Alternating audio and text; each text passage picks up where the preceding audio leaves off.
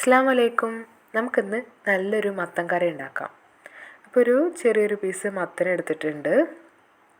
പിന്നെ അതേപോലെ ഒരു 10-15 ചെറിയ ഉള്ളി കൂടിയാലും നല്ല ടേസ്റ്റാണ്. പിന്നെ പച്ചമുളക് ഒരു 6 എണ്ണം, തക്കാളിയും കറിവേപ്പിലും, പിന്നെ തേങ്ങ ഒരു മുറി തേങ്ങ എടുത്തിട്ടുണ്ട്. ഇത് ഇനിയിപ്പോൾ നമ്മൾക്കൊന്ന് ചതച്ചെടുക്കാം. ഇതുപോലെ ഒന്ന് കൊത്തിയിട്ട് ചതച്ചെടുക്കുന്നതാണ് ഏറ്റവും നല്ലത്. ചെറിയ ഉള്ളിയൊക്കെ നമുക്ക് കുറേശ്ശെ ചെറിയ ഉള്ളിയൊക്കെ ഇട്ടിട്ട് ഇങ്ങനെ കുത്തി എടുക്കാം. അതിനാണ് നല്ലത്. ഈ മിക്സിയിലൊക്കെ ഇട്ടിട്ട് ക്രഷ് ചെയ്തെടുത്തിട്ടുണ്ടെങ്കിൽ നന്നായിട്ടൊന്ന് ചതഞ്ഞ് പോകും. അപ്പോൾ അതുകൊണ്ട് അത്ര ഒന്നും ആവേണ്ട, ഇങ്ങനെ ഒന്ന് ആക്കിയാൽ മതി. പിന്നെ ചെറിയ ഉള്ളി കൂടുതലായാലും നല്ല ടേസ്റ്റാണ് ഈ ഒരു കറിക്ക്. അപ്പം ഞാൻ കൂടുതലായിട്ട് എടുത്തിട്ടുണ്ട്, കുറച്ചുണ്ട് ചെറിയ ഉള്ളി. പിന്നെ നമ്മൾ ഈ കറിയിൽ ചെറുപയർ അതുപോലെ വൻപയർ അങ്ങനത്തെ ഒന്നും ചേർക്കണില്ല. ഈ മത്തൻ കൊണ്ട് മാത്രമുള്ള ഈ ചെറിയ ഉള്ളിയും ചേർത്തിട്ടുള്ള അടിപൊളി കറിയാണ്. നമുക്ക് ഒരു പ്രാവശ്യം ഉണ്ടാക്കി നമ്മൾ വീണ്ടും വീണ്ടും ഉണ്ടാക്കും അത്. ഇപ്പോൾ ചെറുതായിട്ടൊന്ന് ചതഞ്ഞിട്ടുണ്ട്. ഇനി നമുക്കതൊന്ന് എടുത്തിട്ട് പാത്രത്തിലേക്ക് മാറ്റാം.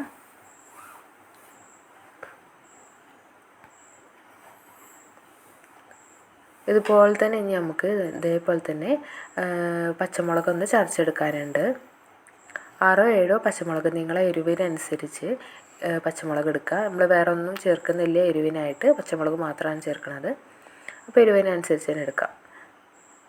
അപ്പോൾ ഫ്രഷ് പച്ചമുളക് ആയതുകൊണ്ട് തന്നെ നെട്ടൊന്നും പൊട്ടിക്കുന്നില്ല, അതോർക്ക് തന്നെ ചതച്ചെടുക്കുകയാണ്. ഒന്ന് ചെറുതായിട്ടൊന്ന് ചതച്ചാൽ മതി.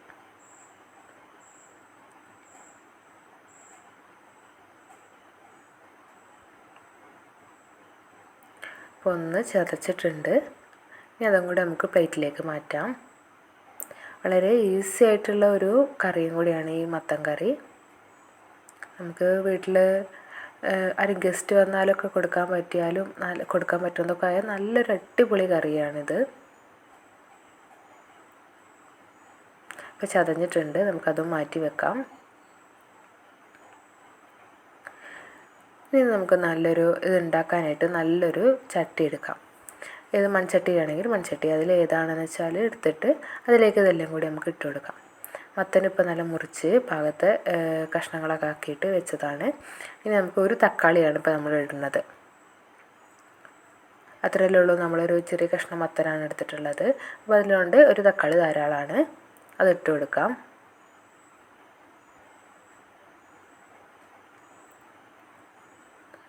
കറിവേപ്പില 2 തണ്ട് കറിവേപ്പിലയും കൂടി ഇട്ടെടുക്കാം.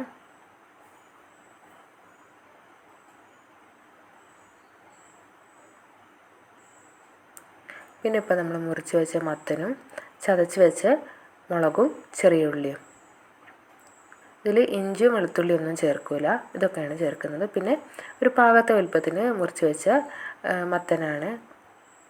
മത്തന് പെട്ടെന്ന് വെന്ത് കിട്ടുന്നതായതുകൊണ്ട് തന്നെ.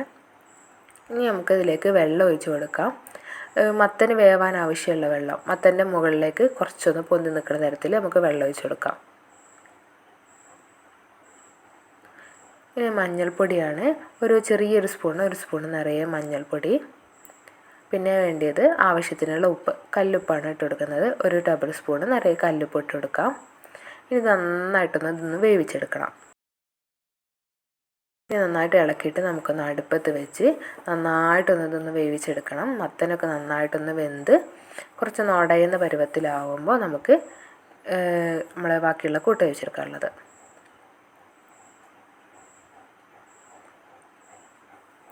നമുക്ക് ഇനി ഇതൊന്ന് അടുപ്പത്ത് വെക്കാം.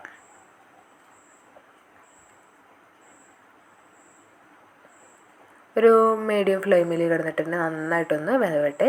നമുക്കൊന്ന് മൂടി വെച്ച് നന്നായിട്ടൊന്ന് വേവിച്ചെടുക്കാം. അത് വേവുന്ന നേരം കൊണ്ട് നമുക്കിട്ടൊന്ന് മിക്സിയിൽ ഒരു പാകത്തിന് വെള്ളമൊക്കെ ഒഴിച്ചിട്ട് നമുക്കൊന്ന് അടിച്ചെടുക്കാം. തേങ്ങ മാത്രമാണ് ഇടുന്നത്, അതിൻ്റെ കൂടെ വേറെ ഒന്നും ചേർക്കുന്നില്ല. തേങ്ങ മാത്രം എടുത്തിട്ട് അടിച്ചെടുക്കുകയാണ്.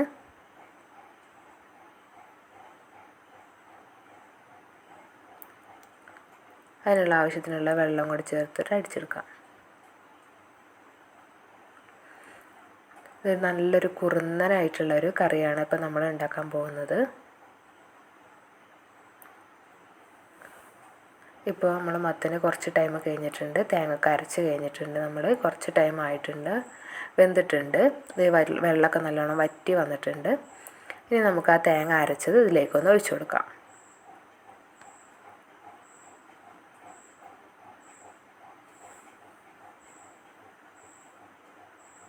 ഒഴിച്ചു കൊടുത്തിട്ടുണ്ട്. ഇനി ആ ഒരു ജാറുകളിൽ കുറച്ച് വെള്ളം കൂടി ഒഴിച്ചിട്ട് ആ ബാക്കിയുള്ള ഇതും കൂടി വെള്ളം കൂടി നമുക്ക് ഇതിലേക്ക് തന്നെ ഒഴിച്ചു കൊടുക്കാം.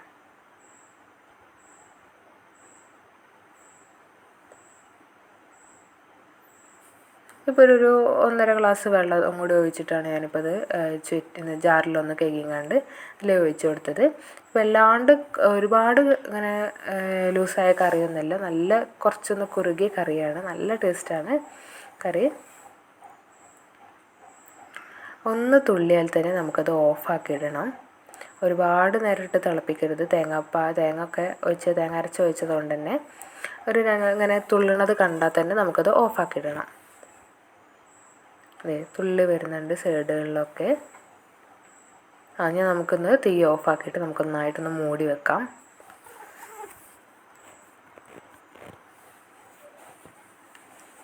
ഞാനിപ്പോൾ തീയൊക്കെ ഓഫാക്കിയിട്ടുണ്ട്. നമുക്കൊന്ന് നന്നായിട്ടൊന്ന് ഇളക്കിയിട്ട് നമുക്കൊന്ന് മൂടി വെക്കാം.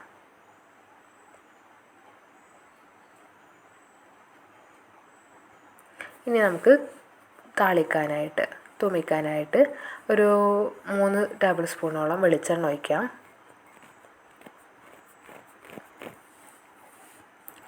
അതിലേക്ക് ഒരു സ്പൂണ് കടുക് ഇട്ട് കൊടുക്കാം. കടുക് നന്നായിട്ട് പൊട്ടട്ടെ.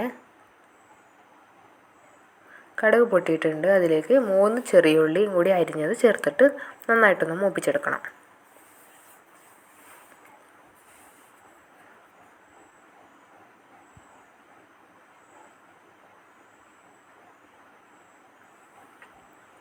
ചെറിയുള്ളി ഒന്ന് മൂത്ത് വരുമ്പോൾ നമുക്കതിലേക്ക് കറിവേപ്പിലയും ഉണക്കമുളകുമാണ് ചേർക്കേണ്ടത്. ഇപ്പോൾ മൂത്തിട്ടുണ്ട്.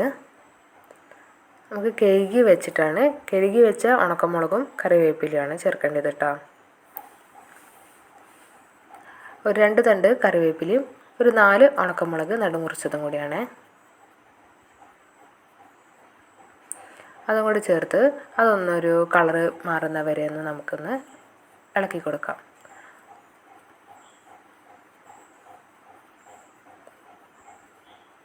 കരിഞ്ഞൊന്നും പോവേണ്ട. ഇപ്പോൾ അതൊക്കെ ഒന്ന് മൂത്ത് വന്നിട്ടുണ്ട്. നമുക്ക് മൂടിയൊക്കെ ഒന്ന് മാറ്റിയിട്ട് നമുക്ക് ഇതിലേക്കൊന്ന് ഒഴിച്ചു കൊടുക്കാം.